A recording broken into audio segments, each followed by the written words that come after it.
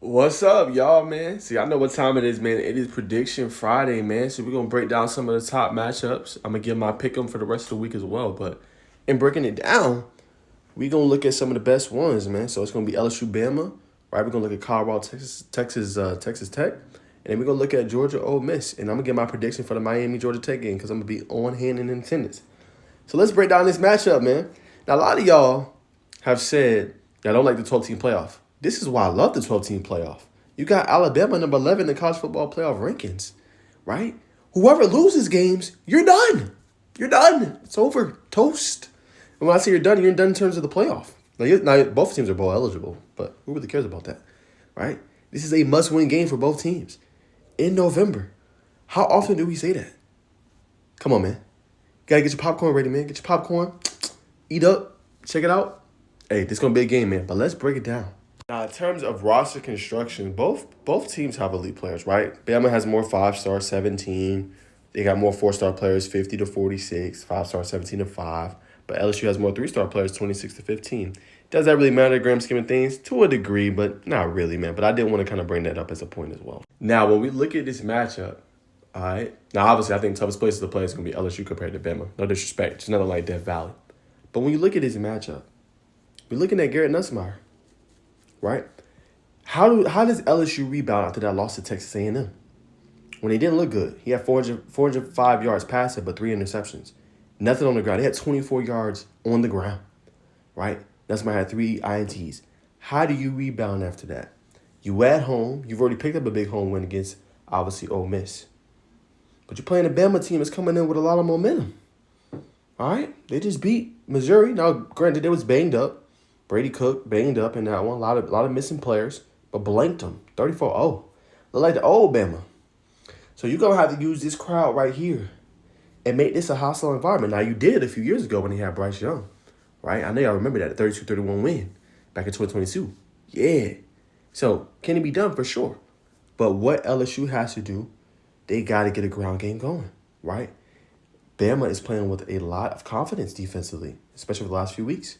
You got to run the ball with Caden Durham. You got to get him going. Doesn't have a lot of yards this year, 367, but got to get him going.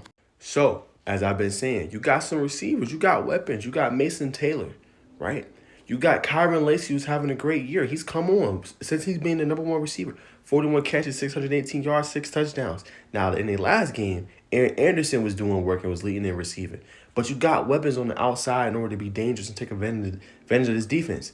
Now, it's gotten better, but that secondary, it still can be taken advantage of if you LSU. But like I said, y'all got to get Nussmeier in the rhythm. He cannot turn over the football.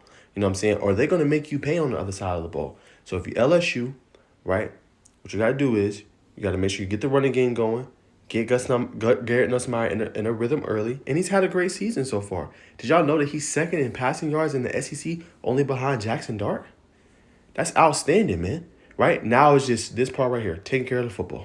All right, defensively, you know what you're going to have to do.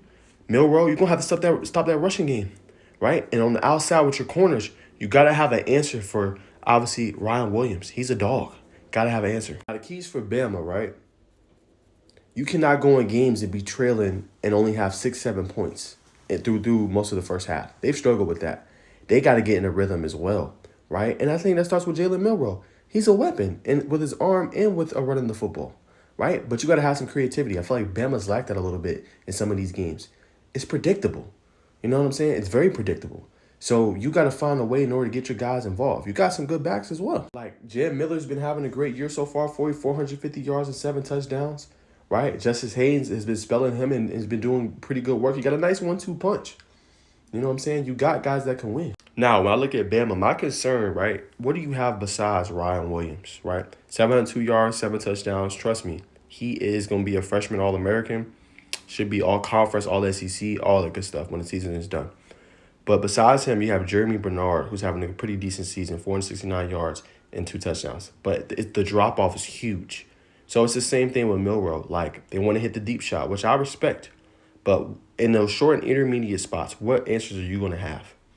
That's going to be key for Alabama in this one, right? Because you might not always have the deep shot. Let's not forget, LSU, they can also rush the passer. You know what I'm saying? They got some guys. They don't have Harold Perkins anymore, who's done obviously for the year. But they got guys that can get after the quarterback. They're going to play aggressive. They're going to bring exotic blitzes. You're going to have some short routes and short checkdowns that you can do as well in this one. So that's what also where I'm going to have my eye on. But like I said, man, this is a huge game for both teams. That's kind of like my breakdown, what needs to happen in this one, right? Got to get Milroe going early, right? Use him in the run game and take advantage. We've seen in spots LSU defense hasn't been good. We've seen it. You know what I'm saying? So you got to take advantage of some of those weaknesses. They got, I think, one of the better linebackers in the SEC in Whit Weeks, but you got to be able to take advantage of that. And like I said with Milroe, peep this, y'all. Listen to this stat. 12 touchdowns this year. 12 rushing touchdowns, leads all Power 4 quarterbacks. Hey, that tells you your game plan right there. Get Milroe going, running, throwing, make them stop it, and then take your overhead shots with Ryan Williams. That's what you got to do, man. But nonetheless, who I'm going with, I wanted to give a little breakdown of who I'm going with.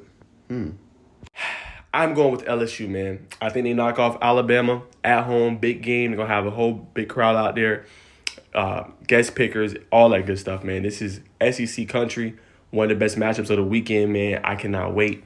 But my money's on LSU, man. Garrett Nussmeier got to take care of the football. They got to get the running game going. It ain't going to be easy against Bama. But I think this is a year that they're a little bit more susceptible to what we've seen in years past. And this is a new era. You got Kalen DeBoer. You got to be able to win these games at home. You beat Ole Miss. You had them at home. Next year will be on the road. You got Alabama at home. Next year will probably be on the road. You can't ask for nothing better. They got to come to your crib, your apartments. You got to handle the business. So Garrett Nussmeier, I'm looking at you. Kyron Lacey, I'm looking at you. Whit Weeks, I'm looking at you. Get this dub, man. Beat Alabama. So I'm going with LSU Tigers, man, with a dub. They beat Alabama. I'm going to go 31-24. LSU comes out on top. Hands Bama, their third loss of the season, knocks them out of the college football playoff.